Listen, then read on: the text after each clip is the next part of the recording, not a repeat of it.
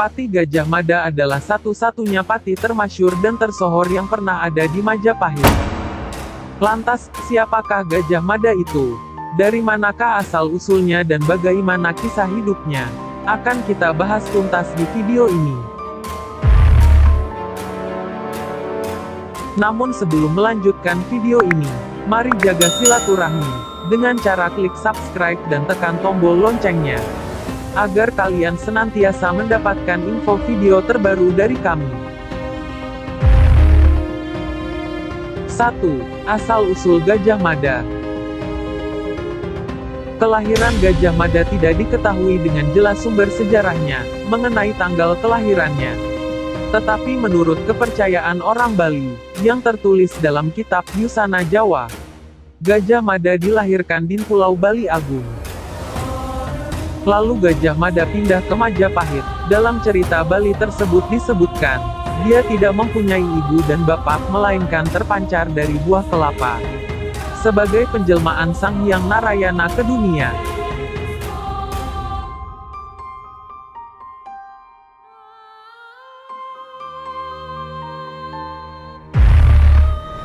Pendapat lain yang dikutip dari Muhammad Yamin, dalam bukunya dengan judul Gajah Mada, Pahlawan Persatuan Nusantara terbitan Balai Pustaka, halaman 2 menyebutkan, karena di sekeliling kota Malang Singasari, sejak dahulu banyak didapati tanda-tanda memperingati nama Gajah Mada. Dan karena pada tahun 1321, dia sudah berusia cukup untuk menjadi patih di suatu daerah, maka keluarlah persangkaan yang memberi alasan bahwa dia sepertinya kelahiran sekitar aliran Sungai Brantas, yang dilahirkan kira-kira pada tahun 1300. Asal-usul Gajah Mada dilupakan oleh sejarah. Hal ini karena dia kelahiran rakyat jelata, namun karena tujuan hidup yang tinggi dan maju atas usaha sendiri, akhirnya namanya terpaku dalam lembaran emas sejarah. Dalam perpustakaan, Gajah Mada juga mempunyai nama lain seperti Empu Mada, Jaya Nada, atau Dwi Rada Mada. Nama Gajah Mada atau Madakari itu, sepertinya adalah gelar dari raja, sedangkan nama kecilnya tidak dikenal.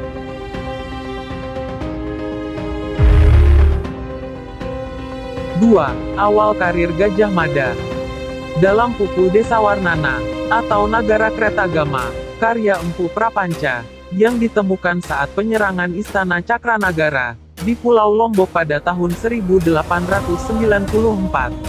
Terdapat informasi bahwa, Gajah Mada merupakan patih dari Kerajaan Daha, kemudian menjadi patih dari Kerajaan Daha dan Kerajaan Jenggala. Hal itulah yang membuatnya masuk ke strata sosial elit saat itu. Gajah Mada digambarkan pula sebagai seorang yang mengesankan, berbicara dengan tajam atau tegas, jujur, dan tulus ikhlas, serta berpikiran sehat. Menurut para raton, Gajah Mada adalah komandan pasukan khusus Bayangkara, yang berhasil memadamkan pemberontakan Raputi, dan menyelamatkan Prabu Jayanagara, tahun 1309 sampai tahun 1328, putra Raden Wijaya dari Dara Petak. Selanjutnya pada tahun 1319 dia diangkat menjadi patih Kahuripan, dan 2 tahun kemudian, ia diangkat menjadi patih Kediri. Pada tahun 1329, patih Majapahit yang bernama Arya Tadah atau Empu Krewes, ingin mengundurkan diri dari jabatannya. Kemudian dia menunjuk patih Gajah Mada dari Kediri sebagai penggantinya. Patih Gajah Mada tidak langsung menyetujui, tetapi ia ingin membuat jasa dahulu kepada Majapahit dengan menaklukkan Keta dan Sadeng, yang saat itu sedang memberontak terhadap Majapahit. Keta dan Sadeng pun akhirnya dapat ditaklukkan. Akhirnya, pada tahun 1334, Gajah Mada diangkat menjadi Mahapati secara resmi oleh Taru Tribuwana Tunggadewi, tahun 1328 sampai tahun 1351, yang waktu itu telah memerintah Majapahit, setelah terbunuhnya Jayanagara. 3. Sumpah Palapa. Pada tahun 1336 Masehi, Mahapati Gajah Mada naik jabatan sebagai Patih Amangkubumi. Saat itu Gajah Mada mengucapkan sumpah palapa, yang berisi bahwa dia akan menikmati palapa atau rempah-rempah, atau dapat diartikan kenikmatan duniawi, bila telah berhasil menaklukkan Nusantara. Dan Gajah Mada tidak akan melepaskan kuasa jika belum menguasai Nusantara. Mengenai sumpah palapa dan hambatannya, nanti akan saya bahas di video tersendiri. Singkat cerita, Gajah Mada hampir bisa menaklukkan Nusantara, dimulai dari menaklukkan Swarnabumi atau Sumatera tahun 1339, Pulau Bintan, Tumasik sekarang Singapura, Semenanjung Malaya, kemudian tahun 1343 bersama Arya Damar, menaklukkan Bedahulu atau Bali, kemudian Lombok dan sejumlah negeri di Kalimantan. Seperti Kapuas, Katingan, Sampit, Kota Lingga, Kota Waringin, Sambas, Lawai, Kendawangan, Landak, Samadang, Tirem, Sedu, Brunei, Kalka, Saludung, Sulu, Pasir, Barito, Sawaku, Tabulung, Tanjung Kutei, dan Malano. Pada zaman pemerintahan Prabu Hayam Wuruk, tahun 1350 sampai tahun 1389, yang menggantikan Tribuana Tunggadewi, Gajah Mada terus melakukan penaklukan ke wilayah timur.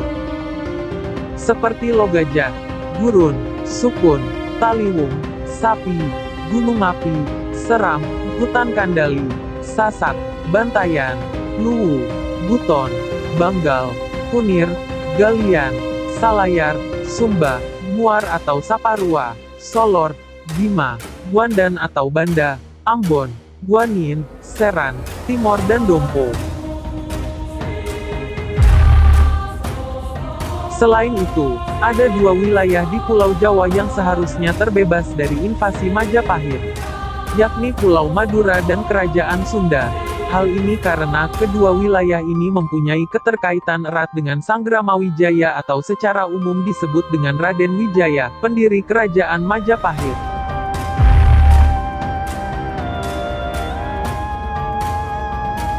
Kemudian dalam Kidung Sunda dikisahkan terjadi Perang Bubat. Kita akan membahasnya di video lain, mengenai Perang Bubat. 4. Akhir hidup Gajah Mada. Menurut Nagara Kertagama menyebutkan bahwa akhir hidup Gajah Mada disebutkan, sekembalinya Hayam Wuruk dari upacara keagamaan di Simping. Dia menjumpai Gajah Mada dalam keadaan sakit. Gajah Mada disebutkan meninggal dunia pada tahun 1286 Saka atau 1364 Masehi. Bisa dipastikan penetapan tarikh tahun mangkatnya Patih Gajah Mada, Nagara Kertagama dapat dipercaya. Hal ini dikarenakan Empu Prapanca menyaksikan kematian itu sendiri. Dia hidup sejaman dengan Patih Gajah Mada. Dalam buku ke-10, kita baca bahwa pada tahun Saka 1285, Prabu Hayam Wuruk berziarah ke Candi Makam Simping. Ketika pulang dari Simping, dia terkejut mendengar Patih Gajah Mada sakit keras. Patih Gajah Mada mencurahkan segala tenaganya untuk keluhuran Kerajaan Majapahit. Sepeninggal Gajah Mada, Prabu Hayam Wuruk sangat berduka cita. Dia kehilangan orang yang sangat diandalkan dalam kerajaan.